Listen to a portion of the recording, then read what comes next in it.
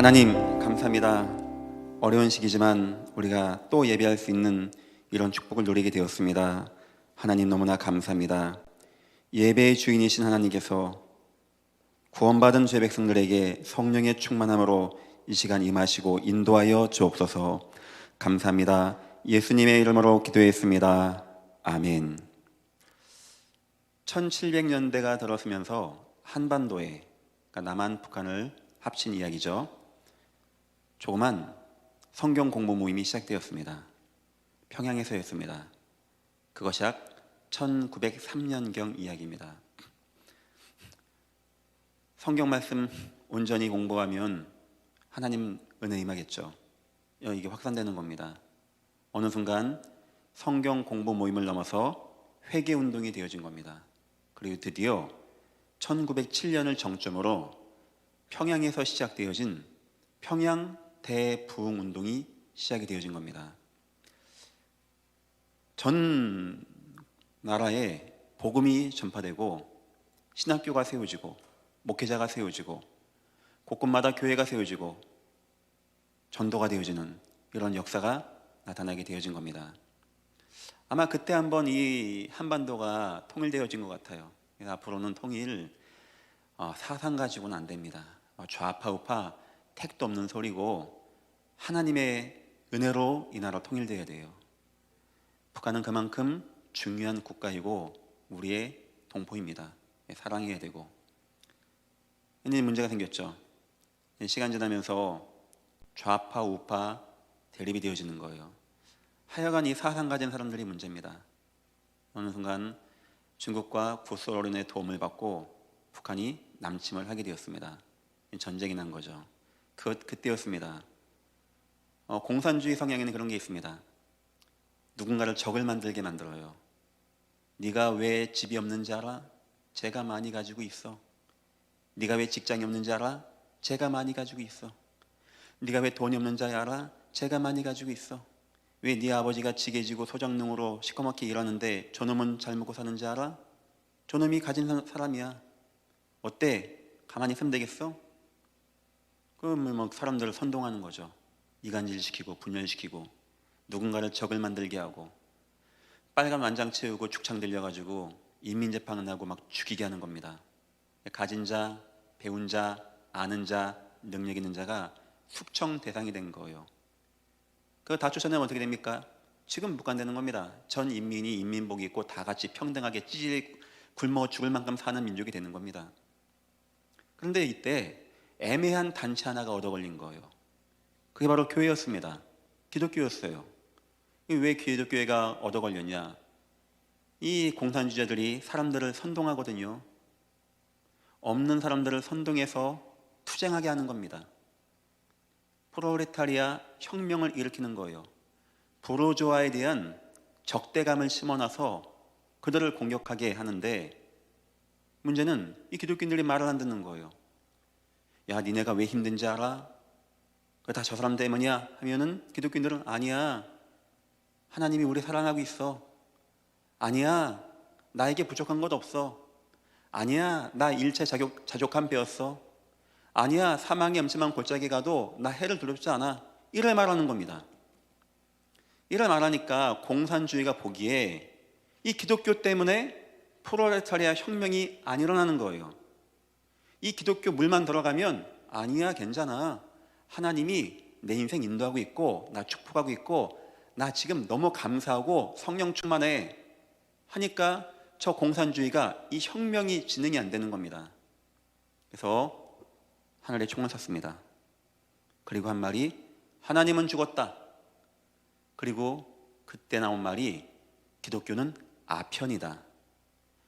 아편 뭔지 알죠? 마약. 마치 사람이 마약을 먹으면 멍하니 가만히 있듯이 아무리 사상을 주입해도 저 기독교인들은 멍한 기독교 아편을 가졌다, 이런 뜻이 된 겁니다. 그때부터 기독교와 공산주의와의 싸움이 되어진 거예요. 시간은 많이 흘렀습니다. 더 자세한 얘기는 안 하겠습니다. 이제 38선이 갈라지게 되었죠. 그래도 남한에는 자유민주주의가 들어와서 번영도 하고 국가가 발전하게 되었죠. 저 북한 완전히 공사는 안 됐습니까? 자본가, 배운 자, 나중엔 다 공산주의자들이 다 잡았어요. 인민들은 여전히 못 살고 있고 다 없어졌는데 한 단체가 없어지지 않는 거예요. 그게 뭔지 압니까? 교회가 남아있는 거예요. 그 교회가 어딨냐? 표면에는 안 보이는데 눈에 안 보이는 가정교회로 교회들이 모이게 된 겁니다. 그 평양 대붕의 여파와 불씨가 꺼지지 않고 살아서 지금도 연기를 피우고 있는데 그게 어디냐? 가정이라는 거예요. 자, 한번 생각해 봐야 되겠죠? 가정교회라는 것은 이만큼 힘이 있는 겁니다. 눈에 보이는 현장 교회는 어느 순간 무너질 수 있어요. 사상과 이념을 가진 자들이 스톱시킬 수 있어요. 하지만 가정교회는 무너지지 않습니다. 바울이 핍박과 박해받는 가운데 현장 교회를 세웠다면 아마 굉장히 어려웠을 겁니다. 하지만 눈에 안 보이는 가정교회를 세웠던 겁니다. 이 가정교회는 기가 막힌 겁니다. 자녀 교육이 되어지고 소수가 모여서 조심스럽게 예배할 수 있는, 여기서 하나님의 은혜가 나타나게 되어지고, 가끔 가다가 가정교회가 북한에서 발각된다고 합니다. 그러면 또 사형을 당한다라고 합니다. 가정교회라는 것은 이만큼 힘있게 지금도 살아있는 역사하는 것이고, 코로나 이후를 저와 여러분이 준비하면서 어쩌면 앞으로는 대면 예배가 어려울 수 있겠다. 더 힘든 때가 올 수도 있겠다. 대한민국은 종교 자유 국가지만 안정이라는 것을 들고 나왔을 때 교회가 힘을 잃을 수도 있겠다. 주님이 마지막 때 내 이름 때문에 너희가 환난당할 것이며 너희가 팔려가고 죽임당하게 되고 매매를 못하게 되고 이런 때가 올 수도 있겠다라는 생각을 제가 하게 되었습니다. 그랬을 때 이걸 가지고 우리가 또 나가서 투쟁하자, 대정부 투쟁하자, 저는 그것도 맞지 않다고 봅니다. 왜냐? 우리의 싸움은 혈과 육이 아닙니다. 사상을 능가하는 거, 그거 오직 예수입니다. 복음으로만 가능한 거예요. 앞으로 예배가 어려워지고 복음이 예배어지고 어려워지고 예수 이름 때문에 박해받는 시대가 올 때 우린 어떻게 준비하면 되겠는가 했을 때 지난주에 해답은 홀로 예배였습니다. 나 혼자 할 수 있는 예배, 내가 가는 곳이 예배당이 되어지는 거예요. 이거 누가 막을 수가 없는 겁니다. 누가 알 수도 없는 거예요. 힘 없는 것 같습니까? 꼭 2,000명, 3,000명 모여 예배해야 됩니까? 혼자 예배하는 거기에 하나님은 아브라함 통하여 동서남북 다 봐라, 내가 나와 함께하고 축복하겠다, 이 축복을 약속하신 우리의 하나님이셨습니다. 오늘 우리의 주제는 가정예배라는 주제입니다. 아마 교회는 문 닫을 수도 있습니다. 하지만 지금 가정들마다 예배는 되어지고 있습니다. 왜냐? 가정은 막을 수가 없는 것이기 때문에. 북한에서는 가정들까지도 서로 감시하게 만듭니다. 서로 신고하게 만듭니다. 예배하는지 보고하게 만듭니다. 그래도 가정교회들이 지하에서 숨어서 지금 나가고 있고, 초대교회 때 바울 팀이 그 위기와 억압 가운데 세운 가정교회가 살아서 로마를 복음하게 되어지는 응답을 누리게 됐다고 합니다. 우린 이 코로나 시대 때 어쩌면 예배가 어려워지고 예배가 힘든 이때 다른 거 생각할 거 없고 투쟁 생각할 거 없고 누구를 원망할 것도 없고 하나님이 주신 방법들을 찾아내서 응답받아 나가면 되는 것입니다. 어쩌면 기회입니다. 예전 교회 모든 가정들과 성도님들은 지난주와 같이 혼자 할 수 있는 예배, 내 가정이 예배가 되어지는 교회 응답 꼭 누리는 이번 기회가 되기를 주님의 이름으로 축원합니다. 오늘 말씀의 제목입니다. 가정 예배의 중요성. 내 가정이 예배가 되어진다. 내가 내 가정에서 예배가 되어진다. 이거 굉장한 축복이 있는 겁니다. 서론입니다. 나를 정확히 보는 시간이 있어야 되겠죠. 여러분은 여러분 정확히 아십니까? 여러분은 여러분이 누군지 아십니까? 아마 잘못 알고 있을 겁니다. 사람은 누구나 그렇게 착각하고 살아갑니다. 여러분이 나빠서가 아닙니다. 사람은 누구나 그렇습니다. 하지만 여러분을 정확히 볼 수 있는 시간표가 있어요. 첫 번째입니다. 위기 만났을 때입니다. 여러분은 그때 어떻게 행동하십니까? 그게 바로 여러분의 중심이에요. 사람은 위기 만나면 중심의 것이 나오게 되어 있습니다.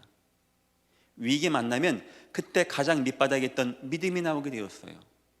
위기 만날 때 그 사람의 진가가 나오는 이유가 그것입니다.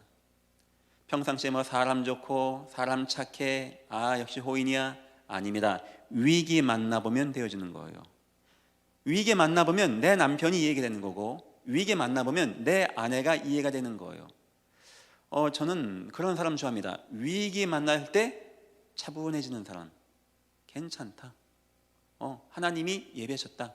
저는 그 사람이 맞다고 봅니다. 위기를 만나면 그 사람의 중심이 보여집니다. 두 번째입니다. 혼자 있을 때입니다. 사람들은 같이 있으면 자기를 포장합니다. 멋있게 포장합니다. 할 말 안 할 말 가려서 합니다. 하지만 혼자 있을 때는 자기 마음대로 생각합니다. 자기 마음대로 생각합니다.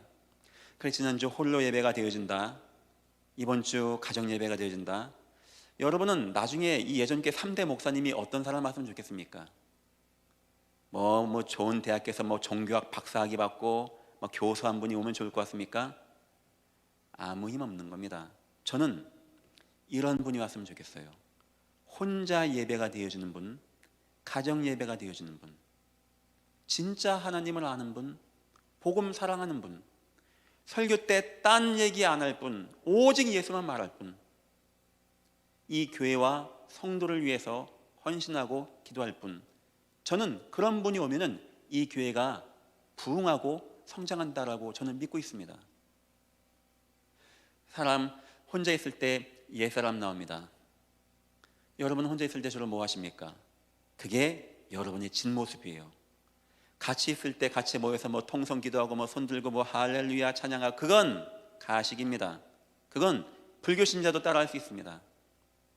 성경에 왜 다윗이, 요셉이, 모세가, 다니엘 이런 사람들이 혼자 있는 시간 가진 자입니까? 중요하기 때문에. 왜 그 사람들이 위기 만난 시간이 나온 자입니까? 중요한 시간이기 때문에. 그때 바로 하나님은 그 사람들의 중심을 봤던 겁니다. 근데 세 번째가 있습니다. 가정에 있을 때입니다. 회사 사장님에게 인정받는 사람은 많이 있습니다. 하지만 배우자에게 인정받는 사람은 극히 드뭅니다. 내 아내가 너무나 밖에서는 멋있는 사람이고 내 남편이 밖에서는 멋있는 목사인데 가정 오면 이상해진다, 개판이다. 여러분에게 뭐가 맞다고 생각하십니까? 저는 가정에 있을 때의 모습이 진정한 모습이라고 생각합니다. 저도 친구들이 아니겠습니까? 제 친구를 제가 봤을 때 다 정상이에요. 이상한 사람은 없더라고요. 그런데 군대를 가게 되었어요. 군대 특징이 뭐죠? 이제 계급 사회이고 내 마음껏 할 수 있고, 하급자에게 상급자가 마음껏 할 수 있고, 같이 먹고 자는 곳이 군대입니다. 전 깜짝 놀랐어요. 사회 친구들 나이나 군대 친구들 나이는 똑같습니다. 다 그 친구들의 그 나이. 전 군대에 있을 때 그 생각했어요. 다 정신병자 같았어요. 애들이 삶이 다 엉망진창이었어요. 이건 범죄자 같았어요. 다. 나는 지금 바본가 싶었어요. 그러면 왜 사회에서 느꼈던 친구들은 내가 느끼기에 좋았는데 군대에서는 이런 느꼈을까요? 사회에서는 좋은 것만 얘기하니까. 하지만 같이 한 입을 덮고 자고 같이 먹고 자고 하는 부부가 되거나 부모와 자녀가 된다면 그때는 틀려지는 거예요. 사실상 그때 그 모습이 진짜의 모습입니다. 혹시 남편 되시는 분들, 밖에서는 유능하고 인정받는 중직이고 목사고 멋있는 사업가고 한데 여러분 아내가 여러분 굉장히 힘들어합니까? 왜 그러지? 나 좋은 사람인데. 아니요, 여러분의 본 모습은 남을 힘들게 하는 사람입니다. 사람은 가정에 있을 때 자기의 것이 보여지게 되어 있어요. 학생들이, 아이들이 상처를 어디서 받는지 아십니까? 대통령이 잘못하고 그 상관도 안 합니다. 아프리카 2만 명이 굶어 죽고 상관도 안 합니다. 내 가정, 내 부모, 내 형제 자매, 내 인생. 가정은 그런 곳이에요. 가정은 그 사람을 굉장히 정확히 볼 수 있는 요소가 되어집니다. 남편에게 인정받는 아내가 있다, 아내에게 인정받는 남편이 있다. 여러분 아내가 다른 사람에게 우리 남편은 진짜 좋은 사람이에요, 진짜 하나님의 사람이에요, 진짜 전도하는 사람이에요. 목사는 그렇게 많이 할 수 있는데 아내가 하는 건 쉬운 게 아닙니다. 혹시 그런 분 계십니까? 그분은 진짜 성공하신 분이에요. 그래서 아까 얘기 드렸던 혼자 있을 때 성공하는 분, 가정 예배가 되어지는 분, 가정에 성답받은 분, 이런 분들이 이 교회를 앞으로 이끌어 나갈 중요한 중직과 차세대의 심장이 되어야 된다고 저는 그렇게 생각합니다. 문제는 뭐냐? 이 가정이 지금 위기 시대입니다. 세상은 좋아집니다. 세상은 점점 좋아지고 이제 화성 여행하는 시대가 됐다고 합니다. 스마트폰 하나만 있으면요, 전 세계 어디서든지 다 재미있게 살아간다고 합니다. 이제는 국가에서 다 먹고 살 만큼 해준다고 합니다. 그건 좋은 겁니다. 어려운 사람들 도와주는 거, 그건 좋은 겁니다. 복지도 좋아지고 의료 좋아지고 이제는 수명도 높아진다고 합니다. 이제 막 80세 산다고 합니다. 얼마나 좋아졌습니까? 이제는 암 같은 거 약 하나 먹으면 낫는 시대가 온다고 합니다. 얼마나 좋아졌습니까? 이제는 60, 70인데도 막 젊게 살 수 있는 기술이 나온다고 합니다. 얼마나 좋아졌습니까? 한 가지만 안 되는 거예요. 성경은 얘기하고 있습니다. 가정만큼은 점차 후퇴하는 거예요. 가정만큼은 점점 퇴보합니다. 가정만큼은 점점 분열합니다. 결혼하는 추세가 줄어들고 드디어 출산율이 30만 명 이하로 떨어졌어요. 드디어 사람들이 결혼을 안 하려고 합니다. 지금 서구 유럽 사회에서는 교회에서 한 가지 문제가 뭐냐니까, 결혼을 못한 동거하는 부부가 사는데 이걸 인정하고 이 사람들에게 직분을 줄 거냐 안 줄 거냐, 이 정도까지 고민하는 때가 왔어요. 아마 한국도 머지않아 이 고민을 하는 때가 올 것입니다. 자녀가 부담되고 같이 얘기하고 마음 맞춰 사는 게 뜻샷마다 부담되고, 내 인생이 뭔가 매인 것 같고, 내 인생이 가정에 들어가면 속박받는 것 같고, 성경에 나온 축복은 전혀 이 땅에 놓쳐버리고 가정이 어려워지는 거예요. 시대의 현상이겠죠. 젊은 사람들이 욜로족 돼가지고 얼마 살지 못하는데, 직장 가는 것도 힘든데, 돈 벌려고 아침부터 막 저녁까지 막 등골까지 빼먹혀가면서 일하는 것도 힘든데, 내가 뭐하러 애나, 내가 뭐하러 가정가, 내가 왜 남의 남편 아내가 돼, 나 싫어. 내 돈 벌어서 시간 나면 여행도 가고 재밌게 살고 나 죽을 때 혼자 죽으면 되는 거 아니겠어?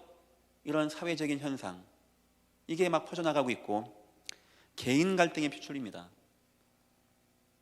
옛날에는 그래도 좀 참고 살아보고 했는데 사실 그것도 아니죠. 복음이 없는 문제예요. 복음이. 남편 아내가 사랑이 식은 문제가 아니고, 마음이 안 맞는 성향 성격 탓 그런 거 아니고, 복음이 없으니까 둘 다 갈등하다가 둘 다 무너지는 겁니다. 근데 문제는 세 번째입니다. 사단의 전략이에요. 이건 가정들을 무너지게 하고 가정들을 실패케 하고. 올 2월 마지막 주에 제가 몰래 해외를 다녀왔습니다. 당회에 보고하면 장로들이 안 보내줄 것 같았어요. 왜냐니까 위험한 때였거든요. 그때 막 싱가포르 이쪽이 막 확산된다 할 때 다녀온 겁니다. 그게 막 당회에 보고하면은 장로들이 안 보내줄 것 같아가지고 보고도 안 하고, 근데 막 공항에 막 전하고 막 그러는 거죠. 목사님 지금 당장 돌아오시라고. 제가 다녀오겠다고. 그때 차를 한 1700km 타고 몇몇 제자를 만나고, 저는 또 이제 거기에 같이 동승한 선교사님하고 계속 세계 선교 허브하고 파워스테이션과 이 전략을 얘기하고 협의하는 때였어요. 그거 안 했으면 큰일 날 뻔했습니다. 막 400km 가면은 제자 하나 나오고 막 그런 상황이에요. 제가 만나보니까 진짜 진실된 제자들, 어쩜 그렇게 성공도 하고 진실되고 사람 인격된 제자들이 곳곳에 있는 거예요. 문제는 뭐냐? 다 무너졌어요. 그 교회가 다 무너졌어요.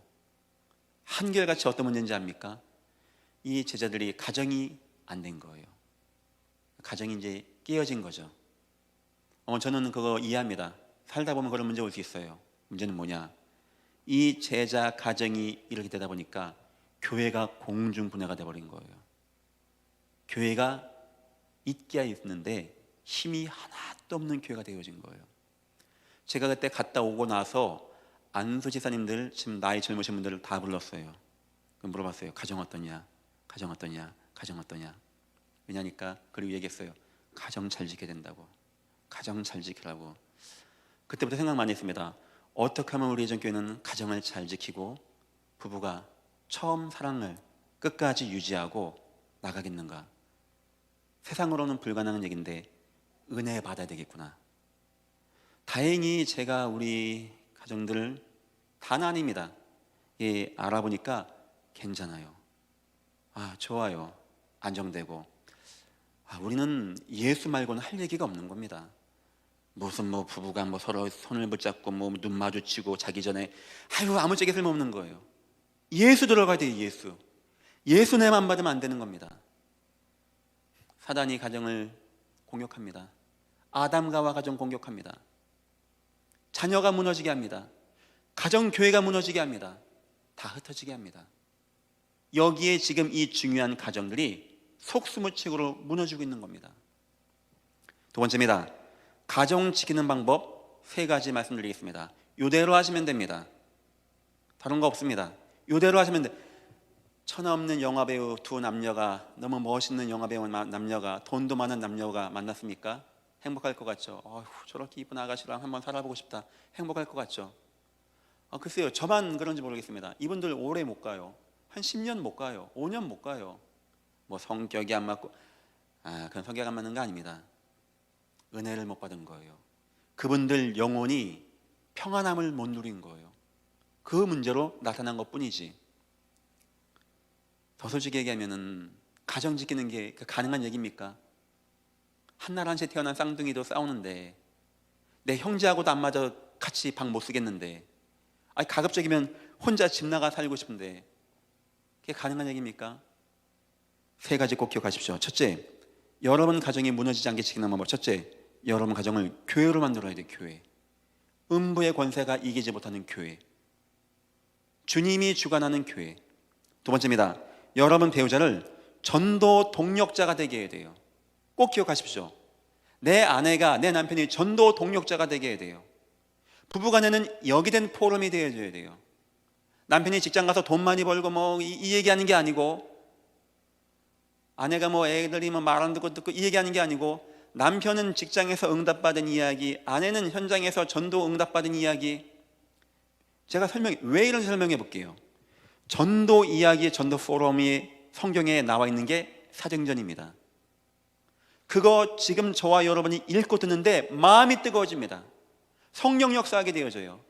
그 응답 가운데 초대교회는 잘 먹고 잘 살고 돈 많이 벌고 좋은 애 취직해서가 아니고 못 입고 못 쓸고 카타콤에서 맞아가면서 있는데 가정들이 살아나는 거예요. 후손이 살아나게 되어지고. 세상은 이런 걸 전혀 모릅니다. 엄청난 돈을 투자해도 지금 출산율을 못 잡고 있어요. 안 잡혀질 겁니다. 복음 아니면 이 땅은 안 될 겁니다. 예수 아니면 안 되는 거예요. 사람은 예수 아니면 못 삽니다. 하나님이 아브라함의 가정에 언약을 줬습니다. 이거 기가 막힌 거예요. 그 가정에서 가정의 상처를 이해하고 상처를 치유하고 응답받고 하나 되게 하고 경제 회복하고 승리케 하는 거 다 담겨있는 가정의 축복. 남편은 아내를 볼 때 어떤 마음이냐? 나와 함께한 전도의 동력자. 전 지금도 잠깐 쉬는 가운데 제 아내하고 통화했습니다. 굳이 영상 통화했어요. 얼굴을 봐가면서 그 얘기했습니다. 오늘 설교 이해했냐? 어떤 내용이냐? 뭘 붙잡았는가? 또 제가 또 설명해 주기도 하고. 그거 뭐 한다고 제가 이 바쁜데 맨날 보는 사람한테 하겠습니까? 그렇지 않은 거예요. 저는 압니다. 내 아내가 힘없는 것은 좀 돈 좀 갖다 주고 여보 사랑해 눈 맞춰주고, 저는 압니다. 사람은 복음 얘기 듣고 전도 응답받은 얘기를 들어야 돼요. 응답 현장 얘기 듣고 치유된 얘기를 들을 때 무한한 어마어마한 영적 힘이 나는데, 그때 영적 치유, 마음 치유, 육신 치유 나타나는 것을 저는 알고 있습니다. 저는 제 가정을 지키기 위해서 제가 잘하는 게 설거지를 잘해주고, 저는 잘 못합니다. 전 그거 합니다. 계속 포럼해주고, 계속 하나님 말씀 얘기해주고, 제가 설교했으니까 제가 잘할 거 아닙니까? 자세하게 얘기해주고. 세 번째입니다. 가정을 지키는 방법. 여러분 자녀입니다. 여러분 자녀를 제자로 만들어야 돼요. 제자로. 내 자녀의 인생을 부모님이 알고 도와주고 설계할 때 이런 계획을 갖고 있어야 돼요. 내 자녀 통하여 하나님의 계획과 소원을 누리는 자가 되게 되겠다. 내 자녀가 전도하는 자가 되어야 되겠다. 내 자녀에게는 이런 가정의 배경이 있고, 이런 가정의 상처가 있고, 때론 이런 좋은 게 있고, 이런 장점이 있으니까 하나님은 이 아이를 어떻게 응답하시겠다? 부모님은 그 정도 답이 나야 돼요. 그리고 자녀 인생을 전도자로 도와줘야 됩니다. 왜 그러냐? 성경 보니까 전도자와 전도하는 제자는 함께 했어요. 전도자와 전도하는 제자는 죽을 위기에서도 그날 밤에 함께 찬양했다라고 합니다. 바울과 실라의 이야기입니다. 내 자녀가 이런 관계가 되어져야 돼요. 사랑해주고 좋은 대학 보내주고, 나중에 저 배은망덕한 놈 내가 키워줬더니 나를 무시해, 네 아빠를 무시해, 너도 늙어봐라 이놈아. 아무 쓸모없는 말입니다. 꼭 기억하십시오. 여러분 가정을 교회로 만드십시오. 여러분 배우자를 전도 동역으로 만드세요. 여러분 자녀를 전도하는 제자로 만드십시오. 여기 대한 계획이 가정이 없다. 돈 버는 계획은 있고, 애들 학군 따라가는 계획은 있고, 먹고 사는 계획은 막 빡빡 해가지고 하나님의 계획은 하나도 없다. 하나님의 소원 하나도 없다. 미안합니다. 가정 이루는 것도 쉽지 않지만 지키는 거 그리 쉬운 게 아닌 거예요. 많은 사람이 실패하고 후회했다라고 합니다. 예전 교회 여러분들의 가정은 굉장히 중요한 가정입니다. 하나님의 계획이 있다니까요. 꼭 가정에서 이 응답 누리시기를 주님의 이름으로 축원합니다. 오늘 루디아가 발견했습니다. 루디아가 바울의 말을 들었어요. 주님 역사했습니다. 그래 전도하는 것이 중요합니다. 그때 루디아가 대뜸 이렇게 얘기합니다. 내가 진짜 주민을 사랑했습니까? 내 집에 들어와 주십시오.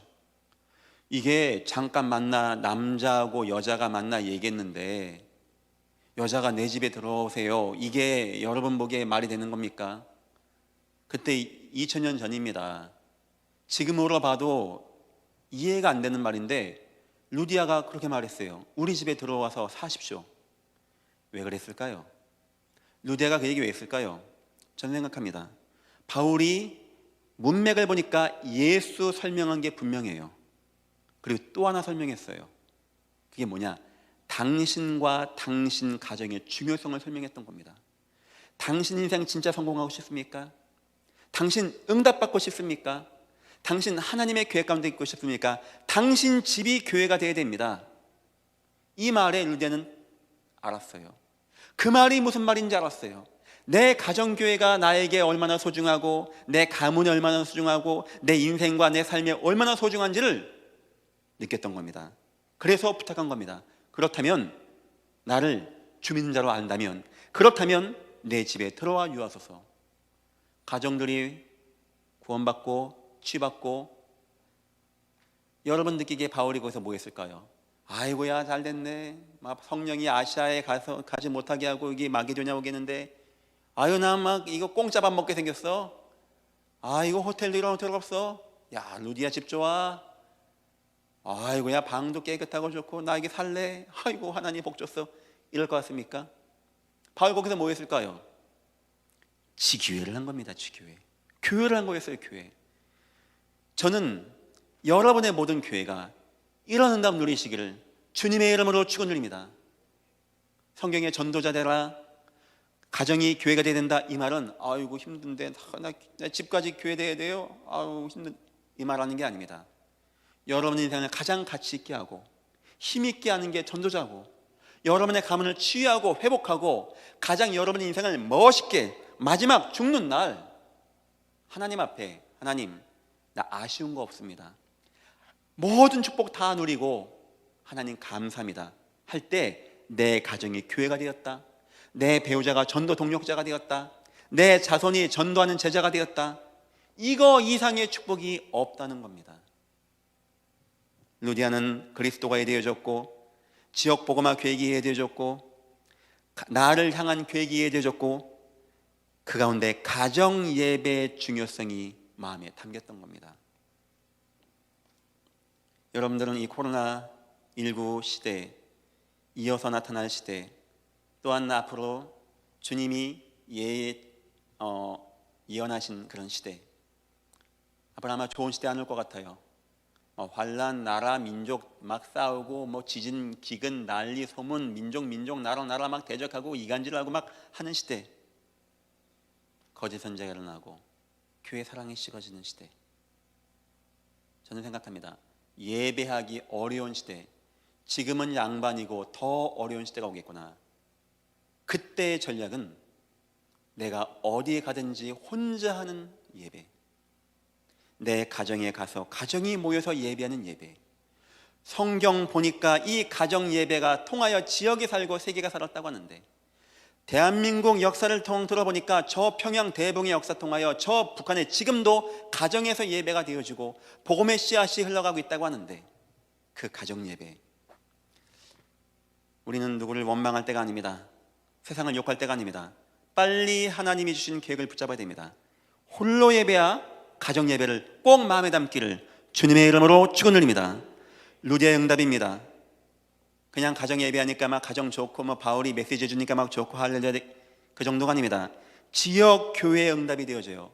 드디어 빌립보 교회가 되어집니다. 이 말은 가정 헐고 교회 졌다 이 말이 아니고, 가정집인데 교회가 되어져요. 이 유대인이 할 수도 없고 기독교인들만 모여서 하고, 여기서 함께 모여서 예배하는, 아마 루디아 인생에서 가장 큰 응답은 자기 가족이 구원받고 자기 가족이 함께 예배하는 거 아니겠습니까? 자기 아는 모든 친족이, 자기 아는 그 집이 다 하나님 앞에 예배하는 거, 루디아는 이게 너무나 좋았어요. 이 루디아의 집이 그 지역을 살리는 교회로 응답을 누리게 되어집니다.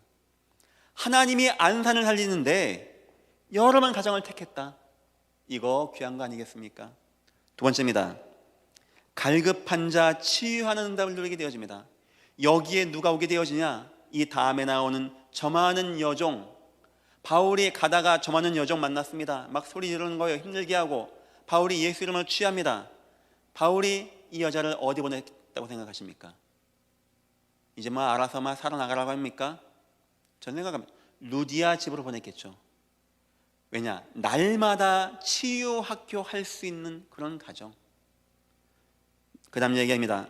사명자가 모이는 가정. 그 다음 이야기는 간수장 이야기입니다. 이것 때문에 바울이 감옥 갑니다. 그날 밤에 바울과 실라가 밤새껏 찬양합니다. 밤새껏 기도합니다. 무슨 기도했는지 성경에 나옵니다.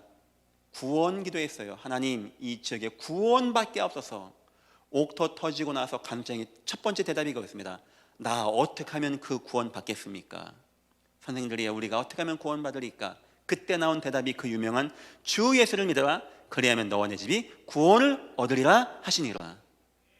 그 간수장을 바울이 어디로 보내겠습니까? 루디아의 가정교회로 보내지 않았겠습니까? 나중에 이 교회는 빌립보 교회가 되어지고, 시간 지나서 순두계와 같은 제자, 클레멘트와 같은 제자, 여자 동력자 같은 제자, 수많은 후대가 모여지게 되어지는 교회가 되어지게 되어져요. 이 가정 예배의 축복, 우리는 중요한 시대 때 중요한 응답 받아야 됩니다. 앞으로 예배가, 복음이, 전도가 굉장히 어려워질 때가 올 것 같아요. 이렇게 오는 거구나 느낌이 왔습니다. 우리는 혼자 할 수 있는 예배 준비하고, 내 가정이 승리하는 예배, 영상으로 예배하시는 모든 가정들마다 이 은혜가 임하시기를 주님의 이름으로 축원드립니다. 결론입니다. 가정 예배는 의미가 있습니다. 그 예배의 특징은 무너지지 않는 예배. 어쩌면 이 현장 예배는 문이 닫혔지 않습니까? 지금 이 예전교회가 2,800석입니다. 지금 한 10대분 앉아 계십니다. 다 교역자입니다. 현장 예배는 앞으로 막힐 수도 있을 것 같아요. 여러 가지 이유와 내용 가운데 좋다 나쁘다 얘기 안 하겠습니다. 그럴 때가 온다. 올 수가 있다. 하지만 가정 예배는 무너지지 않습니다. 아무리 공산주의도 가정은 있어야 안 되겠습니까? 아무리 그들이 강력한 사상으로 통제해도 집에 가서 잠은 자야 안 되겠습니까? 그래서 성경에는 가정에 대한 얘기가 꽤 많이 나옵니다. 아담의 가정, 아브라함의 가정, 역대 왕들의 가정과 가문들.